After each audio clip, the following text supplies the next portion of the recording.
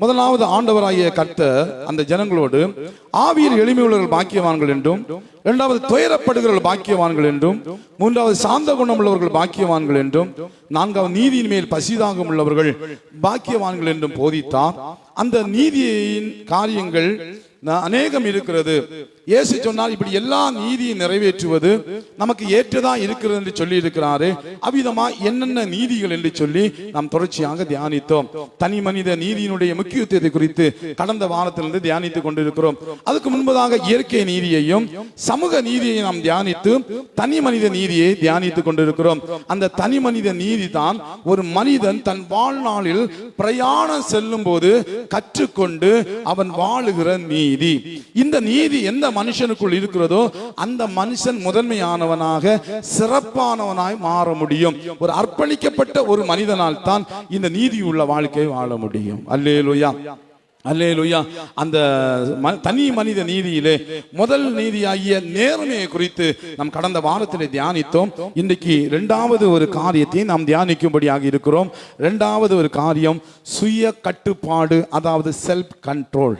சுய கட்டுப்பாடு என்பது ஒருவரின் எண்ணங்கள், உணர்ச்சிகள் மற்றும் செயல்களை ஒழுங்குபடுத்துதல். அது அப்படி ஒழுங்குபடுத்துகிற திறனை குறிக்கிறது.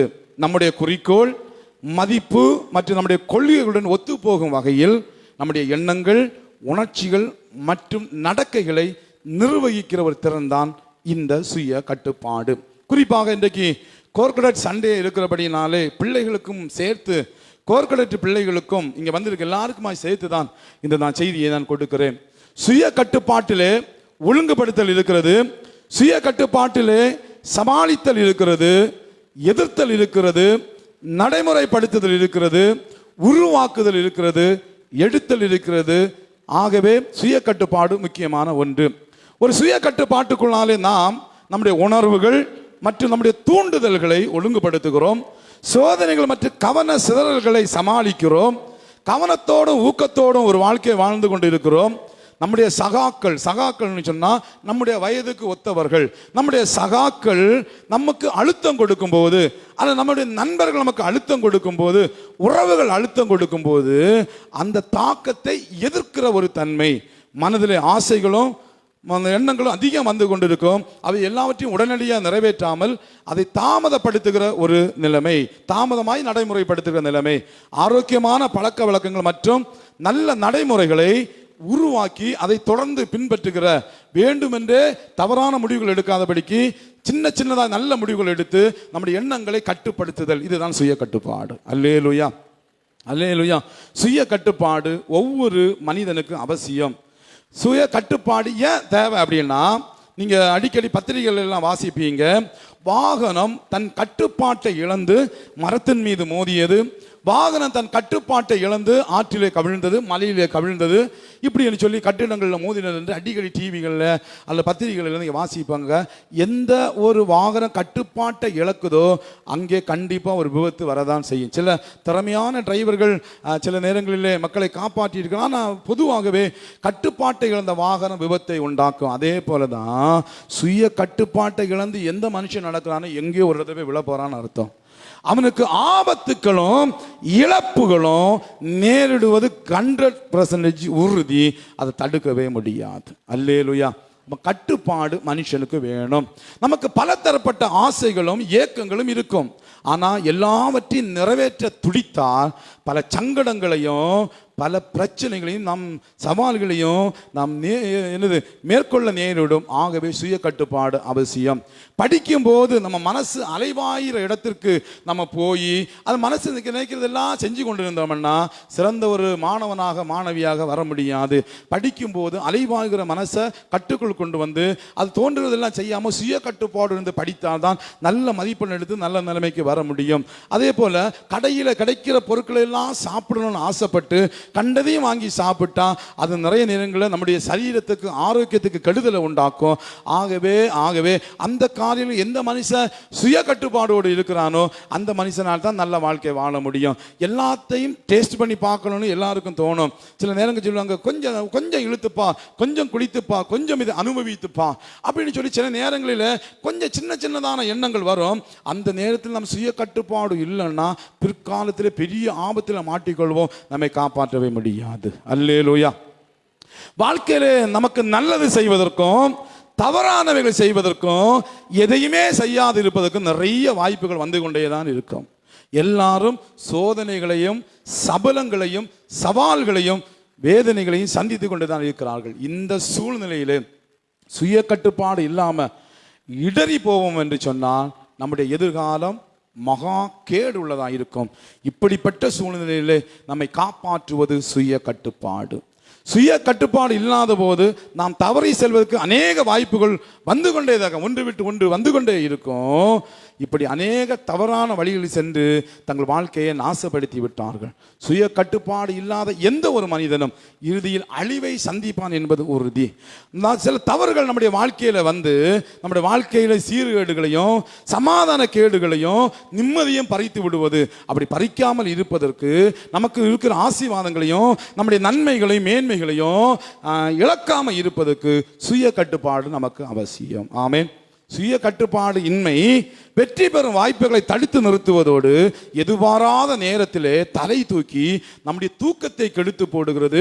நம்முடைய நற்பெயருக்கும் நம்முடைய புகழுக்கும் களங்கம் உண்டாக்கி விடுகிறது. ஆகவே இந்த காரியத்தில் நம்ம கவனம் இல்லாமல் இருந்தோம் என்றால் நம்முடைய எதிர்காலம் ஆபத்து நிறைந்தது. எடுத்துக்கொள்வோம்.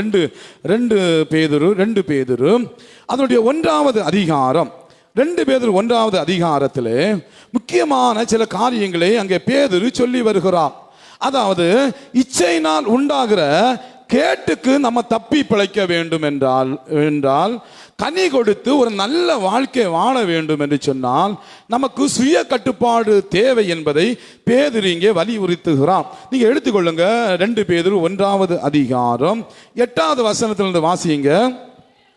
இவைகள் உங்களுக்கு உண்டாயிருந்து பெருகினால் உங்களை நம்முடைய கர்த்தராகிய இயேசு கிறிஸ்துவை அறிகிற அறிவிலே வீணரும் கனியற்றவர்களுமாய் இருக்க விட்டாது. இவைகள் இல்லாதவன் எவனோ அவன் முன் செய்த பாவங்களற தான் சுத்திகரிக்கப்பட்டதை மறந்து கண் சொருகி போன குருடனா இருக்கிறான். ஆகையால் சகோதரரே, உங்கள் அழைப்பையும் தெரிந்து கொள்ளுதலையும் உறுதியாக்கும்படி ஜாக்கிரதை உள்ளவர்களாக இருங்கள். இவைகளை செய்தால் நீங்கள் ஒரு காலமும் இடறி விடுவது இல்லை. 4ஆம் வசனம் சொல்லுகிற இச்சையினால் உலகத்தில் உண்டான கேட்டுக்கு தப்பி திவ்ய சுபாவத்துக்கு பங்குள்ளவர்கள் ஆகும் பொருட்டு இவைகள் நமக்கு அளிக்கப்பட்டு இருக்கிறது. ஆமென். அல்லேலூயா. ஆபத்துக்கு தப்பும்படியாக நல்ல கனி உள்ள வாழ்க்கை வாழும்படியாக இடரல் இல்லாமல் வாழும்படியாக பேதுரு ஒரு 7 காரியத்தை முக்கியப்படுத்துகிறார். இந்த வேத பகுதியில் 7 காரியம் சொல்லப்பட்டு இருக்கிறது. அதுல நீங்க பாத்தீங்கன்னு சொன்னா அதனுடைய ஸ்தோத்திரம் 5வது வசனத்திலிருந்து வாசிக்க வேண்டாம். விசுவாசத்தோடு கூட தைரியத்தை கூட்ட வேண்டும், தைரியத்தோடு கூட ஞானத்தை கூட்ட வேண்டும், ஞானத்தோடு கூட இச்சையடக்கத்தை கூட்ட வேண்டும், இச்சையடக்கத்தோடு பொறுமையை கூட்ட வேண்டும், பொறுமையோடு தேவபக்தியை கூட்ட வேண்டும், தேவபக்தியோடு சகோதர சிநேகத்தை கூட்ட வேண்டும். 7 காரியம் சொல்லப்பட்டு இருக்கிறது. அந்த 7 காரியங்கள் நடுவில் நிற்கிறது இச்சை அடக்கம். இங்கிலீஷ் பைபிள் நீங்க பாத்தீங்கன்னா செல்ஃப் கண்ட்ரோல் போடப்பட்டிருக்கிறது, சுய கட்டுப்பாடு. ஆமென். அல்லேலூயா. பேதுரு தெளிவா நமக்கு சுட்டி காட்டுகிறார். ஏய், நீ உன் வாழ்க்கையில கனியுள்ள வாழ்க்கை வாழணுமா? நீ இடர்பாடுக்கு தப்பி வாழணுமா? தேவனுடைய வல்லமையை பெற்றுக்கொள்ளணும் விரும்புறியா? நீ ஆசீர்வாதமா இருக்கிறியா? உனக்கு தேவை சுய கட்டுப்பாடு. மேலே உள்ள 3 பின்னாடி உள்ள 3ஐயும் தாங்கி நிற்கிற இந்த சுய கட்டுப்பாடு. இந்த சுய கட்டுப்பாடு ஒன்று அந்த இடையில இல்லைன்னா மொத்த வாழ்க்கையும் காலி. ஆமென். நமக்கு விசுவாசம் இருக்கலாம், தைரியம் இருக்கலாம், ஞானம் இருக்கலாம், பொறுமை இருக்கலாம், தேவபக்தி இருக்கலாம், சகோதர சிநேகம் இருக்கலாம். இந்த இச்சையடக்கம் என்கிற சுய கட்டுப்பாடு இல்லைன்னா மொத்தமும் காலி. ஆமென்.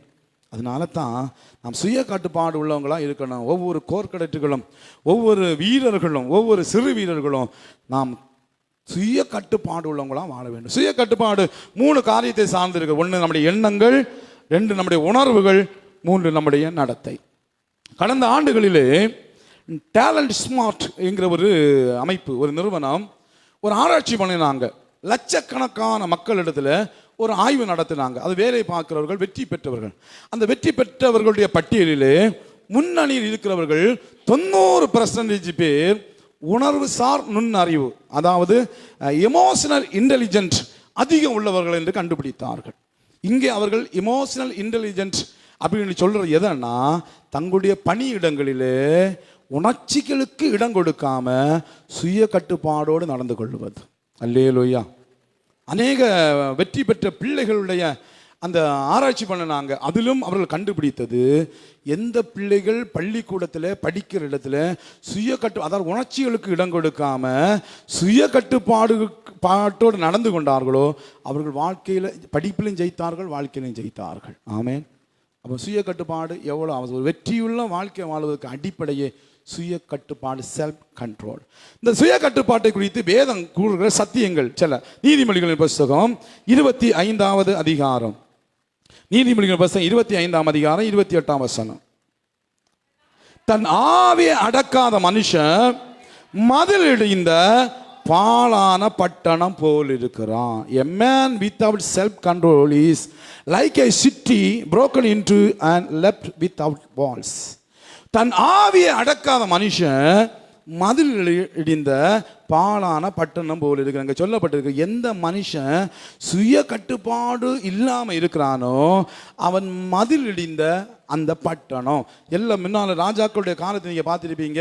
ராஜாக்களுடைய காலத்தில் பட்டணத்தை சுற்றிலும் பெரிய மதில் சுவர் வச்சிருப்பாங்க. எதுக்குன்னா, எப்போ ஆபத்து வரணும்னு தெரியாது, எப்போ எதிரி நாட்டு ராஜாக்கள் உள்ளே புகுந்து தாக்குவார்கள் என்று தெரியாது, கொலை செய்வார்கள் என்று சொல்வார் தெரியாது, எப்போ திருடர்கள் புகுந்து கொள்ளை அடித்துட்டு போவார்கள் என்று தெரியாது, எப்பொழுது காட்டு விலங்குகள் வந்து ஜனங்களை பட்சித்து போகும் என்று தெரியாது. இதனால தேசத்தை பாதுகாப்பதற்கு, அரண்மனைகளை பாதுகாப்பதற்கு பெரிய பெரிய கல் மதில் சுவர்கள்லாம் வச்சிருப்பாங்க.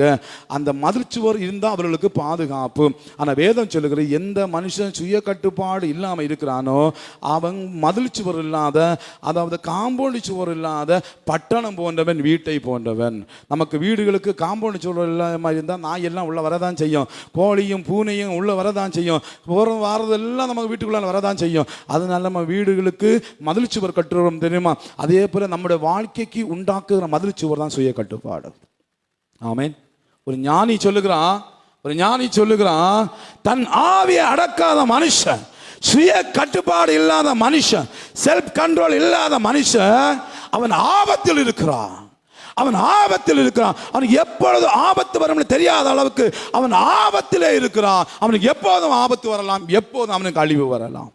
பார்த்தீங்களா? அப்போ சுய கட்டுப்பாடை குறித்து வேதம் எவ்வளவு தெளிவான சுட்டி காண்டு. நீதிமொழிகளின் புஸ்தகம் 16வது அதிகாரம், நீதிமொழிகளின் புஸ்தகம் 16ஆம் அதிகாரம் 32ஆம் வசனம் சொல்லுகிறது, பலவானை பார்க்கலும் நீடிய சாந்தமுள்ளவன் உத்தமன், பட்டணத்தை பிடிக்கிறவனை பார்க்கலும் தன் மனதை அடக்குகிறவன் உத்தமன். அல்லேலூயா.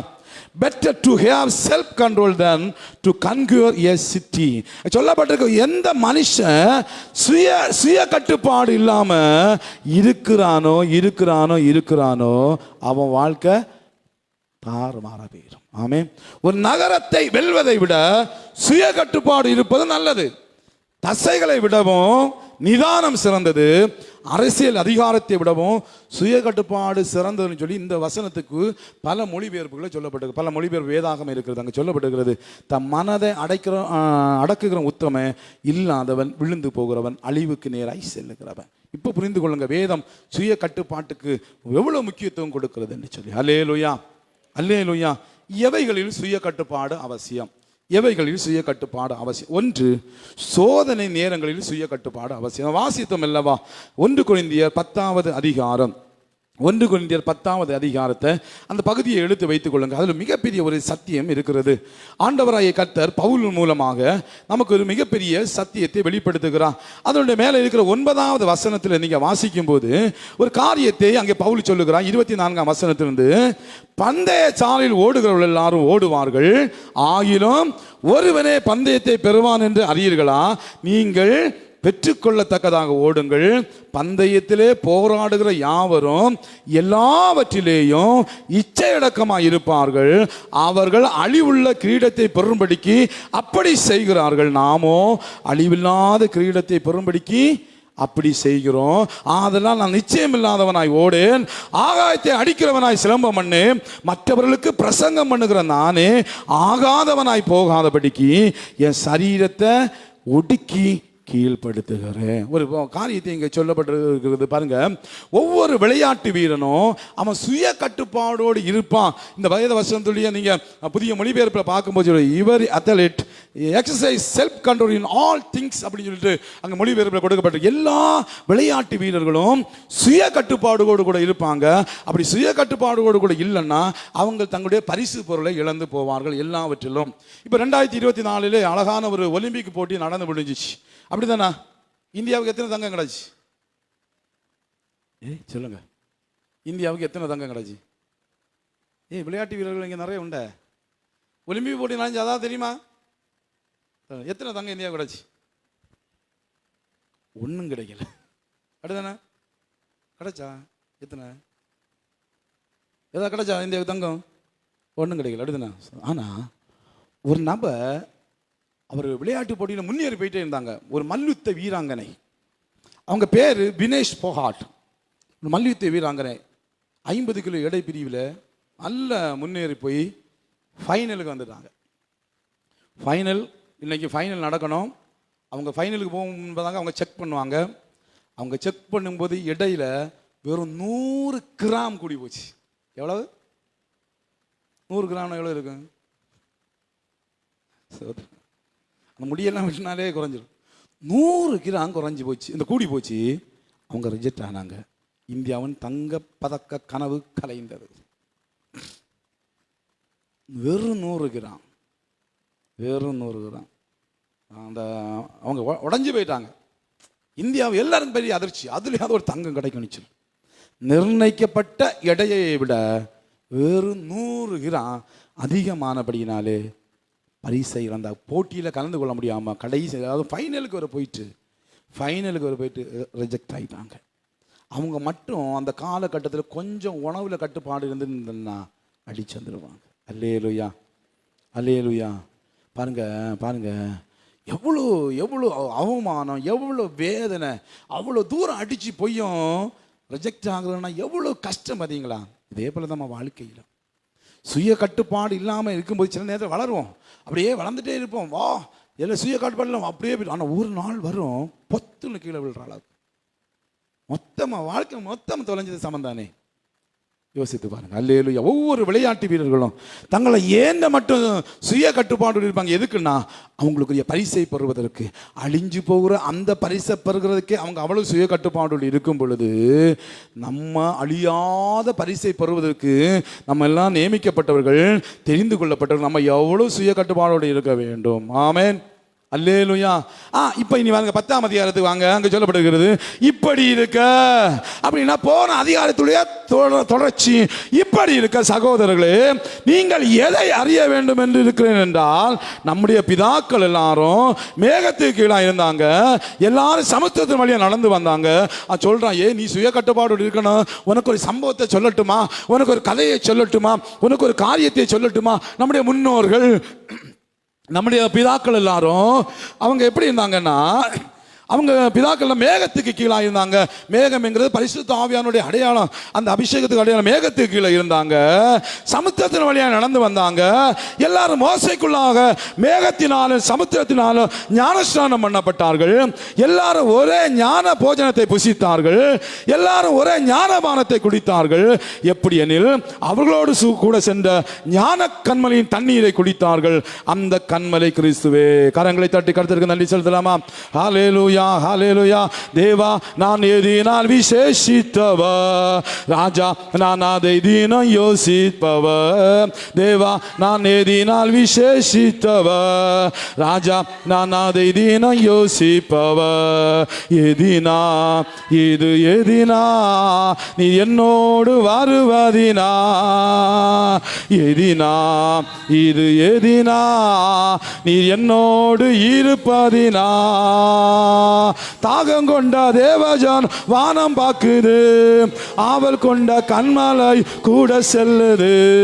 தாகம் கொண்ட தேவஜனோ வானம் பார்க்குது, கூட செல்லுது. என்னோடு வருவா அதுபோது என் வாழ்விலே. அன்பான தேவா என்னோடு வருவா அதுபோது என் வாழ்விலே. தேவா நான் எதினால் விசேஷித்தவா, ராஜா நான் அதை தினம் யோசிப்பவா. தேவா நான் எதினால் விசேஷித்தவா, ராஜா நான் அதை தினம் யோசிப்பவா. எதினா இது எதினா நீர் என்னோடு வருவதினா. எதினா இது எதினா நீர் என்னோடு இருப்பதினா. அல்லேலூயா அல்லேலூயா. ஜனங்கள் எல்லாரும் வேகத்துக்குள்ளால இருந்தாங்க. ஜலத்தினாலே அங்க ஞானஸ்நானம் பண்ணப்பட்டாங்க. அப்பத்துக்கு அடையாளமாக ஞான போஜனத்தை அங்க புசித்தாங்க. திராட்சரசத்துக்கு அடையாளமாக தண்ணீரை புசித்தாங்க. இப்படி எல்லாம் ஞான போஜனம் ஞான பானம் எல்லாவற்றையும் குடித்து மகிமையாய் அக்கினிக்குள்ளால மேகத்துக்குள்ளால அப்படி நடந்து வந்தவங்க தான் அந்த ஜனம். ஆனா வேத வசனம் சொல்லுகிற 5ஆம் வசனத்தில் அப்படி இருந்தும் அவர்களில் அதிகமான பேரிடத்தில் தேவன் பிரியமாய் இருந்ததில்லை. அவர்கள் வனாந்தரத்திலே அழிக்கப்பட்டார்கள். அழிக்கப்பட்டார்கள். ஏப்பா எவ்வளவு ஒரு மோசமான காரியம் பார்த்தீங்களா? எவ்வளவு மோசமான எல்லாம் இருந்துச்சு அவங்கள்ட்ட ஞானஸ்நானம் இருந்துச்சு, அவங்கள்ட்ட திருவிருந்து இருந்துச்சு, அபிஷேகம் இருந்துச்சு, எல்லாம் இருந்துச்சு, அதுக்குள்ளதான் இருந்தாங்க. ஆனா அழிக்கப்பட்டார்கள். பைபிள் சொல்லுதையா, அதிகமான பேர் தேவன் பிரியமா இருந்ததில்லை. அவருடைய ஜனம்தான் அதிகமான பேர் தேவன் பிரியமா இருக்கல. காரணம் என்ன தெரியுமா? சுய கட்டுப்பாடு இல்லை. நீங்க அடுத்த வசனத்தை நீங்க பாத்தீங்கன்னா சொல்லப்பட்டிருக்கிறது, இச்சையில விழுந்தாங்க, களியாட்டுகளில் விழுந்தாங்க, விக்கிரக வழிபாட்டில் விழுந்தாங்க, வேசிதனத்தில் விழுந்தாங்க, கர்த்தரை பரீட்சை பார்த்தாங்க, முறுமுறுத்தார்கள். அப்படியே சொல்லப்பட்டிருக்கு. அடிக்க வராங்க. எண்ணங்களிலும் உணர்வுகளிலும் சரீரத்திலும் அவர்கள் வந்த சோதனைகளில் விழுந்து போனாங்க. ஆண்டவரை கோபப்படுத்தினார்கள், முறுமுறுத்தார்கள், எல்லாமே சேர்த்தான். எகிப்திலிருந்து புறப்பட்டு வந்ததிலே யோசுவா காலேப் 2 பேர் மட்டும்தான் வாக்குத்தத்த பூமியாகிய கானானுக்கு போனாங்க. தெரியுமா உங்களுக்கு? 6 லட்சம் புருஷர்கள், பெண்கள், பிள்ளைகள் புறப்பட்டார்கள். அப்படி வந்த புருஷர்களில் 2 பேர். மீதி 5 லட்சத்துக்கு மேற்பட்ட அந்த ஜனங்கள் எல்லாம் சுய கட்டுப்பாடு இன்மை என்கிற காரணத்தினாலே எல்லாம் அழிஞ்சான். எனக்கு அருமையான தேவன், நமக்கு திறமை இருக்கலாம், வரங்கள் இருக்கலாம், தாளந்து இருக்கலாம், நமக்கு எல்லாம் இருக்கலாம், நம்ம ஆண்டவருக்கு பிரியமாய் நடப்பது போல நமக்கு தோன்றலாம். ஆனால் சுய கட்டுப்பாடு இல்லாத சூழ்நிலையில் நாம் எல்லாரும் விழுந்து போவோம். அவங்க அழிஞ்சாங்க, எல்லாரும் அழிஞ்சிட்டாங்க. வேதவசனம் அவர்கள் எல்லாம் அழிக்கப்பட்டு போனாங்க. எதுக்கு? அடுத்து வாசித்தோமே, எதுவே இல்லையா, இவையெல்லாம் திருஷ்டாந்தங்களாக அவர்களுக்கு சம்பவித்தது, உலகத்தில் முடிவில் உள்ள நமக்கு எச்சரிப்பு உண்டாகும்படி எழுதப்பட்ட. ஆகவே இப்படி இருக்க நிற்கிறவன் என்று எண்ணுகிறவன் விழுந்து போகாதபடிக்கு எச்சரிக்கையாக இருக்க கடவுள். கவனமா வாழ்ந்துக்கோ. அன்பான கோர்க்கடட்டு, அன்பான வீரர்களே, அன்பான லோக்கல் உத்தியோகர்களே, நம்ம எல்லாரும் கொஞ்சம் கவனமாக இருக்க வேண்டிய காலகட்டத்தில் இருக்கிறோம். நிற்கிறேன் என்று எண்ணுகிறவன் நீ விழாம கவனமா இருக்கியா? பெரிய பெரிய ஆளெல்லாம் விழுந்துட்டான், பெரிய பெரிய பரிசுத்தவன் எல்லாம் விழுந்துட்டான், பெரிய பெரிய உலகத்தை கலக்கிறவன் எல்லாம் விழுந்துட்டான். அவனுக்கு ஒப்பிடும் போல நம்ம எல்லாம் பெரிய ஆட்கள் கிடையாது. நீ கவனமான ஒரு வாழ்க்கை வாழ், சுய கட்டுப்பாடோட வாழ் என்று சொல்லி ஆண்டவருடைய வசனம் தெளிவாக சொல்லி. முதலாவது, சோதனை நேரங்களில் சுய கட்டுப்பாடு அவசியம். 13 வசனம் சொல்கிறது, மனுஷனுக்கு நேரிடுகிற சோதனை அல்லாமல் வேற சோதனை உங்களுக்கு நேரிடவில்லை. உங்கள் திராணிக்கு மேலாய் நீங்கள் சோதிக்கப்படுவதற்கு அவர் இடங்கொடாமல் சோதனையை தாங்கத்தக்கதாக சோதனையோடு கூட அதுக்கு தப்பித்துக் கொள்ளும்படியான போக்கையும் உண்டாக்குவார். ஆகவே சோதனை காலத்திலே நீ நிலை தடுமாறி போகாது, உன் சுய கட்டுப்பாட்டை இழந்து போகாது என்று ஆண்டவருடைய வசனம் சொல்லுகிறது. ஆமேன். முதலாவது, சோதனை நாட்களிலே சுய கட்டுப்பாடை இழக்கக்கூடாது. 2வது, நீதிமொழிகளின் புஸ்தகம் 18வது அதிகாரம், நீதிமொழிகளின் புஸ்தகம் 18வது அதிகாரம் அப்படி 21வது வசனம் சொல்லுகிறது, மரணமும் ஜீவனும் நாவின் அதிகாரத்தில் இருக்கும், அது பிரியப்படுகிற அதன் கனியை புசிப்பார்கள். அல்லேலூயா. ஒரு அம்மா ஒரு தன்னுடைய கணவனை கூட்டிக் கொண்டு ஒரு மருத்துவமனைக்கு வந்த சைக்காட்ரிக் டாக்டர் அழைத்து கொண்டு வந்தாங்க. அவங்க சொன்னாங்க, என் புருஷன் அடிக்கடி அவருக்கு இந்த தலைக்கு ஒரு மாதிரி ஆகிறது, திடீரென்று கத்துகிறார், திடீரென்று அடிக்கிறார், திடீரென்று பொருட்களை எல்லாம் போட்டு உடைக்கிறார், பயங்கர நஷ்டத்தை உண்டாக்குகிறாரு, அவருக்கு திடீர்னு வெட்டு வந்துடுது, அதனால அவருக்கு மருந்து கொடுக்கணும்னு சொல்லிட்டு அவர் சொன்னாங்களாம். உடனே இந்த டாக்டரும் அவங்கள எல்லாம் கவனிக்கிறீங்களா, என்ன இங்கே தானே கவனிக்கிறீங்க, இங்கே கவனிங்க, டாக்டரும் அவங்கள போய் எல்லா செக்கப் எல்லாம் எடுக்க சொன்னாங்க. செக்கப் பண்ணும்போது எந்த பிரச்சனையுமே இல்லை, எந்த பிரச்சனையுமே இல்லை. அப்போ டாக்டர் கொஞ்சம் மருந்துகள் எல்லாம் கொடுத்து விட்டு, இனி அப்படி ஏதாவது உண்டுன்னா கொண்டு வாங்க, எந்த இதில் இந்த மருந்து கொடுக்குறேன்னு சொல்லிட்டு கொடுத்து விட்டுட்டாங்க. திரும்ப ஒரு வாரம் கழிச்சு திரும்பவும் அந்த அம்மா புருஷனை கூட்டிகிட்டு வந்தாங்க. புருஷனை கூட்டிகிட்டு வந்து திரும்பவும் அவங்க சொல்கிறாங்க, இப்படி திடீர்னு இப்படி ஆகுது அப்படின்னு சொன்னாங்க. அப்போ அவருக்கு சொன்னாங்க, இல்லை இது மருத்துவத்தில் கண்டுபிடிக்கிறதுக்கு எந்த இதுவுமே இல்லை அப்படின்னு சொல்லிட்டு அந்த அம்மாவிட்ட கொஞ்சம் காரியங்களெல்லாம் விசாரிக்க ஆரம்பித்தாங்க. அந்த அம்மா நிறைய காரியங்களை அவர்கிட்ட டாக்டர்கிட்ட சொன்னாங்க. அப்போ அந்த அம்மாக்கிட்ட அவர் சொன்னாரா, ஏம்மா நீ ஒரே ஒரு வாரம் மௌன விரதம் எழுதுமா, உன் புருஷன் சரியாயிடுவார். ஹலோ, என்னது, ஒரு வாரம் நீ மௌன விரதம் இரு, உன் புருஷனுக்கு பைத்தியம் தெரியும், எல்லா பேயும் போகும்.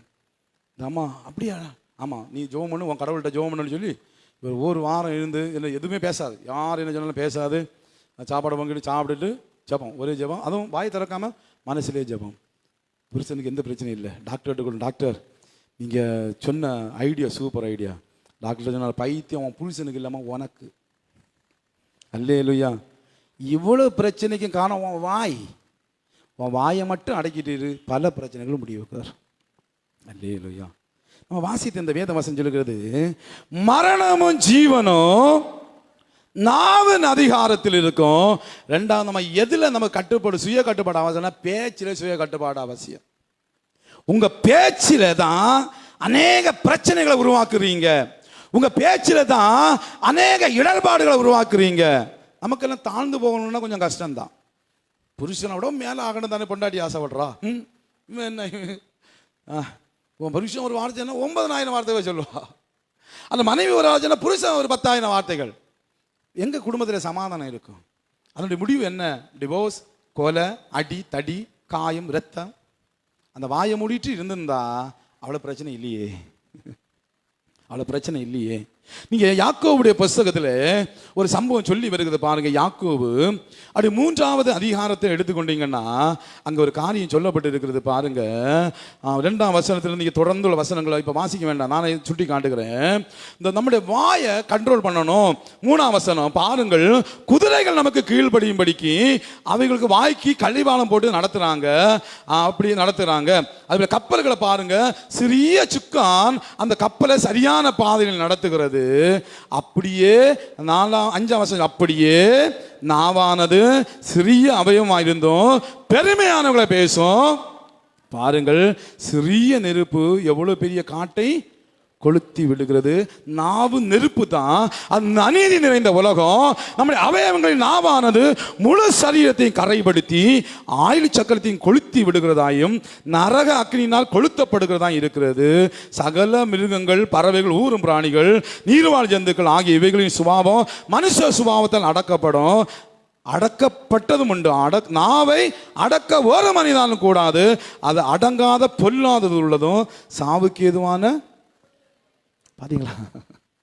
ஏன் நம்ம வாழ்க்கை எதிர்காலம் நம்ம வாயில தான் இருக்கு. வேதவசனம் தெளிவாக சுட்டி காட்டுது. நம்ம பரிசுத்தமாக இருக்கலாம், நம்ம நீதி உள்ளவங்களா இருக்கலாம், நம்ம வாயை கண்ட்ரோல் பண்ணலாம், நம்ம செத்தோம். வாயை கொடுத்து தான் இந்த யாத்திரை புத்தகத்தில் நம்ம படிச்சுட்டீங்க தெரியும். வாயை கொடுத்து தான் நிறைய பேர் செத்தான். வாயை கொடுத்து தான் மிரியாம் குஷ்டரோகத்தை வாங்கி கட்டினான். வாயை கொடுத்து தான் கோராங்க அவன் ஜனங்கள் அழிஞ்சு போனாங்க. எங்கெங்கெல்லாம் வாயை கொடுத்தாலும் எல்லாமே செத்தான். அல்லேலூயா. கண்ட இடத்துல கொண்டு வாயை கொடுக்காதீங்க. அங்க சுய கட்டுப்பாடு அவசியம், பேச்சில் சுய கட்டுப்பாடு அவசியம். அதனால தான் யாக்கோபு 1ஆம் அதிகாரம் 19ஆம் வசனம் சொல்லுகிறது, ஆகையால் என் பிரியமான சகோதரரே, யாவர் கேட்கறதுக்கு தீவிரமாயும் பேசுகிறதுக்கு பொறுமையாயும் கோபிக்கிறதுக்கு கவனமா இருப்பா. பேசுறதுக்கு பொறுமையாயிரு. எது ஆனாலும் டக்குன்னு எனக்கு வாய் இருக்கு, எனக்கு பேச்சுரிமை இருக்கிறது, எனக்கு எல்லா உரிமை இருக்குன்னு வாயை விட்டேன்னா நஷ்டம் உனக்கு தான். ஆமேன். நல்ல சமுதாயத்தில் நல்ல கொஞ்சம் நீங்கள் உங்களை ஆராய்ச்சி பாருங்கள். சமுதாயங்களில், சபைகளில் யார் அதிகம் அடி வாங்கியிருக்கிறா தெரியுமா? வாயை அடக்காதவர்கள். வாயை அடக்காமல் வாயை தங்க இஷ்டத்துக்கு உபயோகிக்கிறவர்கள் கண்டிப்பாக கர்த்தரிடத்தில் மொத்தமாக வாங்குவார்கள். எல்லாருமே அப்படிதான். இன்னைக்கு வாயை வச்சு சும்மா இருந்தால் நிறைய அரசியல்வாதிகள் நல்ல வாய் சொல்ல செஞ்சுருப்பாங்க. ஒரு காலத்தில் தமிழ்நாட்டை கலக்கிற நிறைய பேர்கள் உண்டு, அங்கே பேர்களை சொல்ல முடியாது பப்ளிக்கில். ஆனால் அவனு எல்லாம் நல்ல முடிவு இல்லை. ஏன் தெரியுமா? வாயை வச்சு சும்மா இருக்கல. வாயை வச்சு கண்டதையும் இழுத்து இழுத்து இழுத்து இழுத்து ஜெயிலுக்கு போனவர்கள் உண்டு. வாயை வச்சு கண்டதும் பேசி அகோர மரணங்கள் அடைந்தவர்கள் உண்டு. நம்ம வாயில் கவனமாக இருக்க வேண்டும். பேச்சில் சுய கட்டுப்பாடு அவசியம். யார் என்ன சொல்லி கொண்டு போகட்டும், யார் எப்படி பேசி கொண்டு போகட்டும். இயேசுவே மௌனமாக இருந்தார் என்று வேதவசனம் சொல்லுகிறது. தெரியுமா உங்களுக்கு? இயேசுவே மௌனமாக இருந்தார். அவங்கள்ட்ட கேட்குறாங்க, சில காரியங்களை எல்லாம் கொடுத்து கேட்கும்போது அங்கே மத்தேயு 26:63 சொல்லுகிறது, இயேசுவோ பேசாமல் இருந்தார். ஆமேன். ஒரு ஒரு ஒரு பெண்ணை இயேசு இடத்துல கொண்டு நிப்பாட்டுறாங்க. நிப்பாட்டி குறிப்பிட்ட நேரம் இயேசு உணர்ச்சி வசப்படலை, உணர்ச்சி சுய கட்டுப்பாடு அமைதியில் கீழே எழுதி கொண்டிருந்தார். யோசித்து தான் பேசினார். அல்லேலூயா. நம்ம பேசுமுன்னாலே கொஞ்சம் யோசிக்கணும். சில ஆட்கள் அங்கே என்ன பேசுகிறாங்கன்னு தெரியாது. கேள்வி கேட்கும் முன்னாலே சிலர் பதில் சொல்லுவாங்க. அங்கே அவமானங்கள். சில ஆட்கள் பேச்சில் தான் நிறைய பேர் விழுந்து போகிறோம். உங்கள் பேச்சில் கவனமாக இருக்கும். உங்கள் வாழ்க்கை நல்லா இருக்கணும்னா, உங்கள் குடும்பம் நல்லா இருக்கணும்னா, நல்ல மகிழ்ச்சியான வாழ்க்கை வாழணும்னா கட்டுப்பாடு நாவில் அவசியம். ஏன் நான் சொல்லப்பட்டிருக்கிற மரணமும் ஜீவனும் நீ நல்லா இருக்கிறதும் நீ கெட்டு போகிறதும் உன் நாவில் தான் இருக்குது, உன் வார்த்தையெல்லாம் இருக்குது. கவனமாய் என்று அழைச்சிடும். மூன்றாவதாக நாம் எதிலே கட்டுப்பாடு உள்ளவங்களாக இருக்கணும். 1 கொரிந்தியர் 6 அதிகாரம், 1 கொரிந்தியர் 6 அதிகாரம் அப்படி 12வது வசனம். எல்லாவற்றையும் அனுபவிக்க எனக்கு அதிகாரம் உண்டு, ஆகிலும் எல்லாம் தகுதியாயிராது. எல்லாவற்றையும் அனுபவிக்க எனக்கு அதிகாரம் உண்டு, ஆகிலும் நான் ஒன்றுக்கு அடிமைப்பட மாட்டேன். மூணாவது, நம்ம அனுபவிக்கிற காரியங்களில் கட்டுப்பாடோடு இருக்க வேண்டும். எதையும் செய்து விடலாம். அனுபவிப்பது என்பது உணவாக இருக்கலாம், சரீர பிரகாரமான மற்ற தேவைகளாக இருக்கலாம், எதுவாக இருக்கலாம். எந்த ஒரு காரியத்தை நம்ம அனுபவிப்பது என்பதை கொஞ்சம் யோசிக்கணும். அல்லேலூயா. சில நாட்கள் கண்டதையும் தின்னுட்டு அங்கே ஃபுட் பாய்சன் ஆகும். பயிரங்க வீங்கும். ஐயோ எவ்வளோ கொதி போட்டுட்டா, எந்த நாயோ கொதி போட்டு வச்சுட்டு அதுக்கு ஓடுவாங்க. சோதரம், நீ கண்டதையும் தின்ன உனக்கு வயிறு வீங்காம என்ன செய்யும்? அல்லேலூயா. கண்டதையும் சாப்பிட்டா உனக்கு ஃபுட் பாய்சன் ஆக தான் செய்யும். அதுக்காக எவனோ மந்திராவம் பண்ணி வச்சான்னு சொல்லிட்டு அடுத்த மேலே என் பழைய போடுறேன். முதல்ல வாயை கண்ட்ரோல் பண்ண எல்லாம் சரியாயிடும். அல்லேலூயா.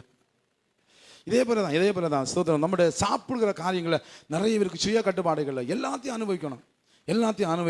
ஒருத்தர் எழுதினார், ஒரு பசங்க எழுதினார், அத்தனைக்கு ஆசைப்படு, அத்தனை அனுபவி. கடைசியில் எங்கே போய் நிற்கணும்? ஸ்தோத்திரம். உலகத்தில் ஆஸ்பத்திரி போய் நிற்போம், இறுதியில் நரகத்தில் போய் நிற்போம். அனுபவிப்பதிலே கட்டுப்பாடு. நீங்க சொல்ற பவுல் சொல்லுகிறாரு, எல்லாவற்றையும் அனுபவிக்க எனக்கு அதிகாரம் உண்டு. மேலே உள்ள வசனங்களை நீங்கள் வாசித்து பார்க்க சொல்லப்பட்டிருக்கிறது. வஞ்சிக்கப்படாதீர்கள், வேசி மார்க்கத்தாரும் விக்கிரக ஆராதனைக்காரரும் விபச்சாரரும் சுய புணர்ச்சிக்காரரும் ஆண் புணர்ச்சிக்காரரும் திருடரும் பொருளாசைக்காரரும் வெறியரும் உதாசீனரும் கொள்ளைக்காரரும் தேவனுடைய ராஜ்யத்தை சுதந்திரம். உங்களையும் சில இப்படிப்பட்டவங்க இருந்தீங்க, ஆனால் கழுவப்பட்டீங்களை எல்லாம் சொல்லி விட்டு பவுல் சொல்கிறாரு, எல்லாவற்றையும் அனுபவிக்க எனக்கு அதிகாரம் உண்டு, என்ன ஒருத்தனும் தடுக்க முடியாது. நான் நினைச்சா என்ன வேணாலும் செய்யலாம். நான் திருடலாம், விபச்சாரம் பண்ணலாம், ஏமாத்தலாம், பொருளாசைக்காரன் இருக்கலாம், ஒருத்தரையும் என்ன தடுக்க முடியாது. அது எனக்குடைய சுய உரிமை, அதை தடுக்க முடியாது. எல்லாம் அனுபவிக்க எனக்கு அதிகாரம் இருக்கு. ஆனாலும் கிறிஸ்தவனாய் இருக்கிற எனக்கு, தேவ பிள்ளையாய் இருக்கிற எனக்கு, தேவனால் தொடப்பட்டவனாய் இருக்கிற எனக்கு, சபையில மாதிரியாய் இருக்க வேண்டிய எனக்கு எல்லாம் தகுதியாய் இராது. ஆமென். என்னைக்கே சொல்றோமா? எல்லாரும் வாய்ப்புகளை தேடி அலைஞ்சிட்டு இருக்கிறாங்க. எனக்கு ஒரு வாய்ப்பு கிடைக்காதா, பாவம் செய்ய ஒரு வாய்ப்பு கிடைக்காதான்னு வாய்ப்பை தேடி அலைஞ்சிட்டு ஒருத்தன் சொல்றான், எல்லாம் கிடைச்சாலும் எல்லாம் எனக்கு தகுதியா இருக்க. ஐயா, நான் தேவனுடைய பிள்ளை, கரங்களை தட்டி கருத்திற்கு நன்றி சொல்லுங்களேன். எல்லாம் எனக்கு தகுதி இல்லை. அடுத்து சொல்லுகிறார் பாருங்க, எல்லாவற்றையும் அனுபவிக்க எனக்கு அதிகாரம் உண்டு, ஆனால் ஒன்றுக்கு அடிமைப்பட மாட்டேன். நான் எதுக்கு அடிமைப்படுகிற மனுஷன் இல்லை, நான் ஒரே ஒருவருக்கு தான் அடிமை, தேவனுக்கு மாத்திரம். அல்லேலூயா. நம்ம எந்த காரியத்தை அனுபவிப்பதிலும் நமக்கு ஒரு கட்டுப்பாடு, சுய கட்டுப்பாடு வேணும். 4வதாக நம்முடைய எண்ணங்களில் சுய கட்டுப்பாடு வேணும். இன்னைக்கு நிறைய பேருடைய எண்ணம் கண்ட மேனிக்கு அலைஞ்சிட்டே இருக்கும். கண்ட மேனிக்கு மனசு அப்படியே தங்களுடைய மனசு அலைய விட்டு கொண்டு வாழ்கிறவர்கள் உண்டு. பிலிப்பியர் 4 அதிகாரம் 8 வசனத்தில் தான் அதிகமாக தெரிந்த வசனங்கள் தான். அந்த வசனத்தில் பவுல் என்ன சொல்லி வருகிறார்? கடைசியாக சகோதரரே, உண்மை உள்ள இவைகளோ, ஒழுக்கம் உள்ள விளைவுகளோ, நீதி உள்ள விளைவுகளோ, கற்புள்ள விளைவுகளோ, அன்புள்ள விளைவுகளோ, நற்கீர்த்தி உள்ள விளைவுகளோ, புண்ணியம் எதுவோ புகழ் எதுவோ அதே செஞ்சு எண்ணங்களை கட்டுப்பாடோடு இரு. கண்டதையும் எண்ணங்களை வர விடாத. கண்ட காரியங்களை நினைச்சு லயித்து கொண்டு இருக்காதே. உன் எண்ணங்களில் கட்டுப்பாடு வேணும் அப்படின்னு சொல்லுகிறார். ஐந்தாவதாக செயலிலே கட்டுப்பாடு வேணும். ரோமர் 13ஆம் அதிகாரம், எல்லாம் எடுத்துக்கொள்ளுங்க. ரோமருடைய புஸ்தகம் 13வது அதிகாரம், அப்படி 13, 14 ஆகிய வசனங்கள். ரோமர் 13, 13, 14.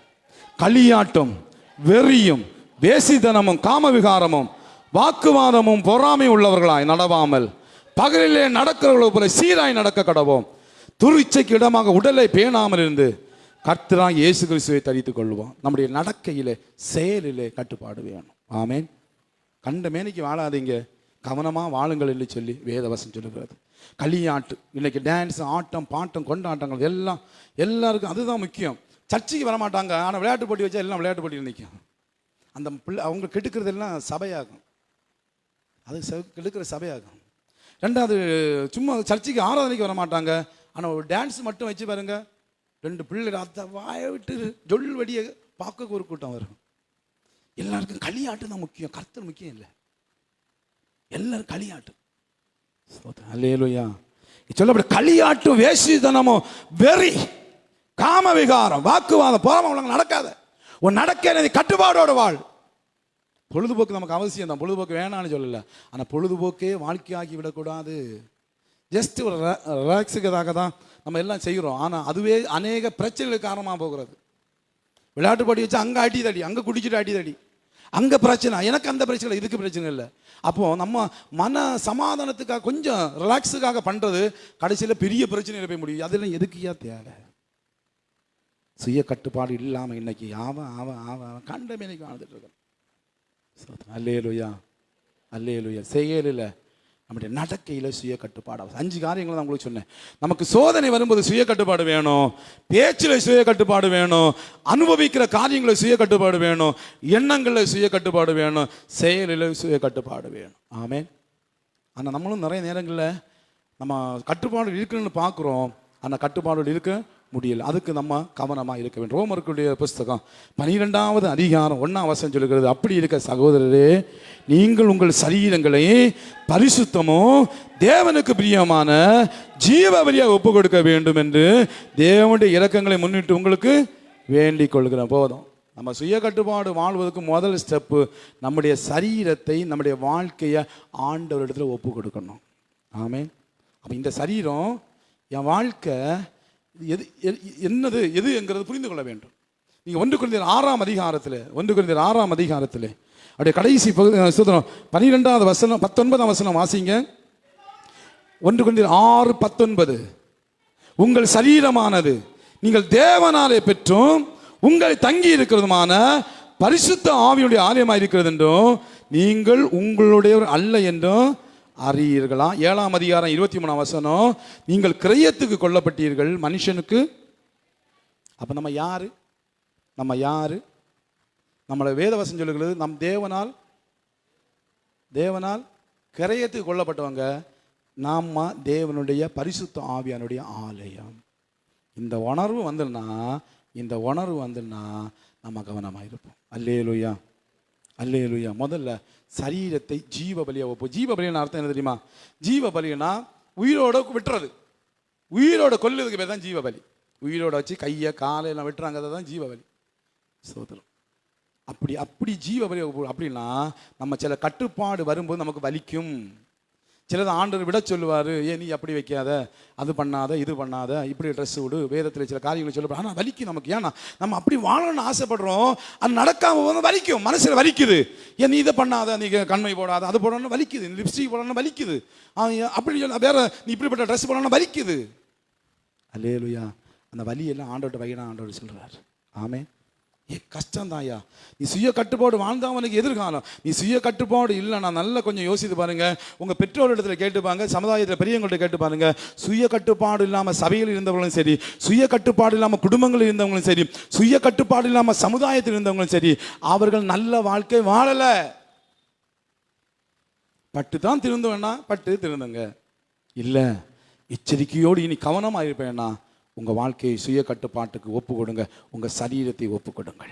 ஆமென். முதல் அனுபவம் நம்ம சரீரத்தை ஒப்பு கொடுக்கணும். ரெண்டாவது அங்கே சொல்லப்பட்டிருக்கிறது 2வது வசனத்தில், நீங்கள் இந்த பிரபஞ்சத்துக்கு ஒத்த வேஷம் தெரியாமல் சினிமா நடிகரை போல அல்லது விளையாட்டு வீரர்களை போல உலகத்தில் உள்ள மற்றவங்களை போல அந்த வேஷம் தெரியும் அதே போல் வாழணும். ஒரு இன்ஸ்டாகிராமில் வர ஒரு நபர் அல்லது யூடியூப்பில் வர ஷார்ட்ஸில் வர ஒரு நபர் அவங்கள போல வாழணும்னு நீ ஆசைப்படாமல், இந்த பிரபஞ்சத்துக்கு ஒத்த வேஷம் தராமல், உன் நண்பனை போல என்னது உறவினரை போல வாழணும் ஆசைப்படாமல், இந்த உலகத்தை அவன் அப்படிதான் வாழுவான், அவன் அப்படிதான் ட்ரெஸ் பண்ணுவான், அப்படிதான் பேசுவான், ஆனா நீ அவனை போல வாழாம. இன்னைக்கு சபைக்கும் உலகத்துக்கும் வித்தியாசமே இல்லை, கிறிஸ்தவனுக்கும் உலகத்துக்கும் வித்தியாசமே இல்லை. எல்லாம் ஒன்று போல தான் இருக்கிறாங்க. நம்ம வாழ்கிறது வேஸ்ட். நீங்க இந்த பிரபஞ்சத்துக்கு ஒத்த வேஷம் தெரியாமல் தேவனுடைய நன்மையும் பிரியமும் பரிபூர்ணமான சித்தம் இன்னதென்று பகுத்தறியத்தக்கதாய் உங்க மனம் புதிதாகிறதுனாலே நம்ம மனசை தினந்தோறும் புதிதாக்க வேண்டும். நம்ம மனசை தினந்தோறும் புதிதாக்க வேண்டும். எப்படி புதிதாக்குவது? 1, வேத வசனத்தின் மூலமாய். அல்லேலூயா. வேத வசனத்தை நீங்கள் படிக்க படிக்க படிக்க படிக்க படிக்க வேத வசனத்தை கேட்க கேட்க கேட்க கேட்க உங்கள் மனம் புதிதாகும். நீங்கள் மறுரூபமாக மனம் புதிதாகும் போது மறுரூபமாகவும் செல்ஃப் கண்ட்ரோலுக்குள்ளே வருவோம். 3வது கலாத்தியர் 5ஆம் அதிகாரம், கலாத்தியருடைய புஸ்தகம் 5வது அதிகாரம் அதனுடைய 22, 23 ஆகிய வசனங்கள் சொல்லுகிறது, ஆவியின் கனியோ அன்பு, சந்தோஷம், சமாதானம், நீடிய பொறுமை, தயவு, நற்குணம், விசுவாசம், சாந்தம், இச்சை அடக்கம். இப்படிப்பட்டவர்களுக்கு விரோதமான பிரமாணம் ஒன்றுமில்லை. நீங்கள் இங்கிலீஷ் பைபிளில் பார்த்தீங்கன்னா அந்த இச்சை அடக்கத்தில் செல்ஃப் கண்ட்ரோல் அப்படின்னு சொல்லப்படும். புதிய மொழிபெயர்ப்பில் சுய கட்டுப்பாடுன்னு போட்டப்படும். எல்லாம் சொல்லப்படுகிறது. இந்த சுய கட்டுப்பாடு என்பது மனுஷனால் முடியாதது, ஆனால் இது ஒரு ஆவியின் கனி. ஆமென். அப்போ அந்த ஆவியின் கனி நமக்கு வரணும்னா ஆவியானவர் நமக்குள்ளாலே உலாவ வேண்டும். நம்ம பரிசுத்த ஆவிக்கு நம்ம வாழ்க்கையை ஒப்பு கொடுக்கணும்.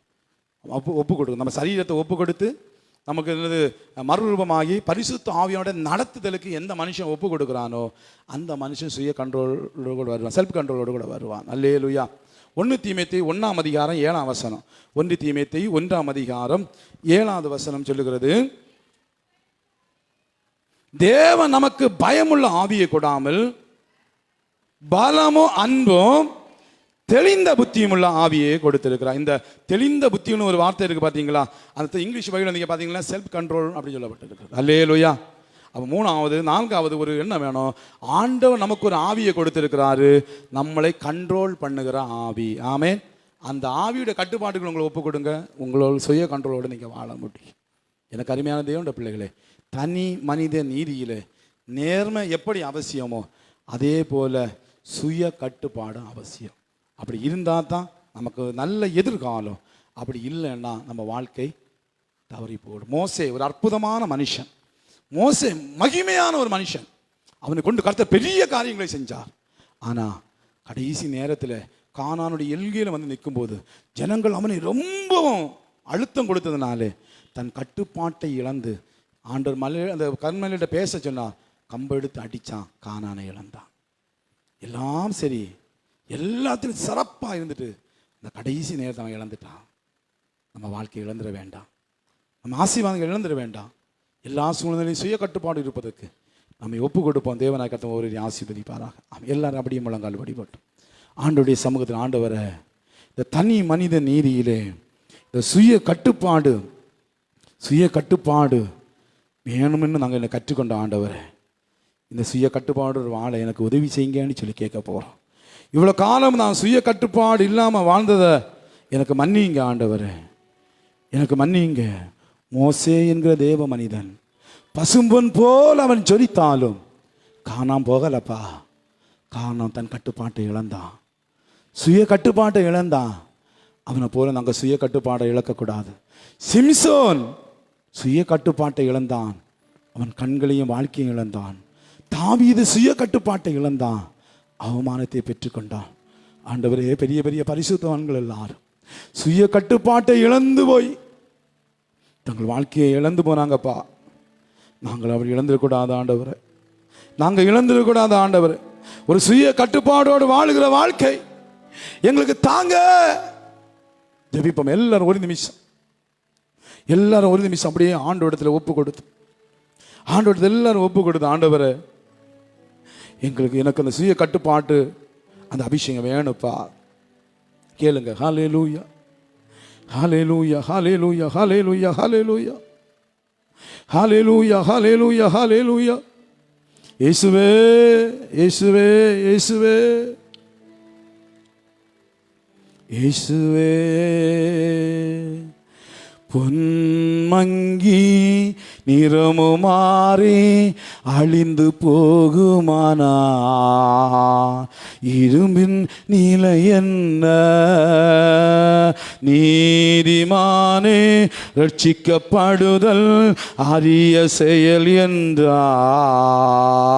துரோகி நிலை என்ன? தேவ துரோகி நிலை என்ன? மோசே என்னும் தேவ மனிதன் பசும்பொன் போலவே விளங்கிடினும் காணான் போகவில்லையே, காணா போகவில்லையே. நீயும் உன்னையே தேவ பிள்ளையே நிற்கிறதாக எண்ணுகிறாயோ? நியாய தீர்ப்பில் கோதுமை பறக்க பதயம் மாத்திரம், நியாய தீர்ப்பில் கோதுமை பறக்க பதயம் மாத்திரம். பொன்மங்கி நிறமுமாறி அழிந்து போகுமானா இரும்பு நிலை என்ன? ஐயோ, இரும்பு நிலை என்ன? காலம் இனியும் செல்லாதே, கடைசி செய்தி அறிவிப்பாயே. சோர்ந்து போகாமலே, மனம் சோர்ந்து போகாமலே, ஆவியானவர் துணை செய்வா, ஆத்துமாதாயம் செய்திடுவார். கிறிஸ்துவை உடையவர் பேசாவிட்டா கல்கள் கூப்பிடுமே. கிறிஸ்துவை உடையவர் பேசாவிட்டா கல்கள் கூப்பிடுமே. பொன்மங்கி அழிந்து போகுமானால் இரும்பு நிலை என்ன? ஐயோ, இரும்பு நிலை என்ன? நீதிமானே ரட்சிக்கப்படுதல் அரிய செயல் என்றார். நிலை என்ன? ஐயோ, துரோகி நிலை என்ன? ஒரு நிமிடம் அப்படியே ஆண்டோட போய் ஜெபிப்பீங்களாப்பா? சுய கட்டுப்பாடோடு ஒரு வாழ்க்கை நான் வாழணும் ஆண்டவரே. என்னுடைய சோதனைகளில், என்னுடைய ஆண்டவரே சுத பேச்சில், நான் அனுபவிக்கிற காரியங்களில், என்னுடைய எண்ணங்களில், என்னுடைய நடத்தையில், என்னுடைய செயலில் நான் சுய கட்டுப்பாடு உள்ளவனாக, சுய கட்டுப்பாடு உள்ளவளாக மாறணும். நான் ஒரு சுய கட்டுப்பாடு உள்ள கோர்க்கடட்டாக வாழணும் இந்த பூமியில். கேளுங்க ஆண்டு இடத்துல செவிங்க. கர்த்தர் உங்களுக்கு சுய கட்டுப்பாட்டை தருவா. நீங்க சாதிப்பீங்க, நீங்க சந்தோஷமா இருப்பீங்க, நீங்க மகிமையா இருப்பீங்க. இப்போ உங்கள் சரீரத்தை ஜீவ பலியாக ஒப்பு கொடுங்க. நம்ம எண்ணங்களில் பல எண்ணங்கள் வரும். நம்ம சரீரம் பலதையும் கேட்கும். ஆனா அந்த இடத்துல கவனமா இல்லைன்னா நம்ம வாழ்க்கை பாழாய் போய்விடும். சுய கட்டுப்பாடு இல்லாம தங்கள் வாழ்க்கையை இழந்தவர்கள் நிறைய சமுதாயத்தில் உண்டு. சுய கட்டுப்பாடு இல்லாம தங்கள் வாழ்க்கையை இழந்த நிறைய மனிதர்கள் உண்டு தேசத்தில்.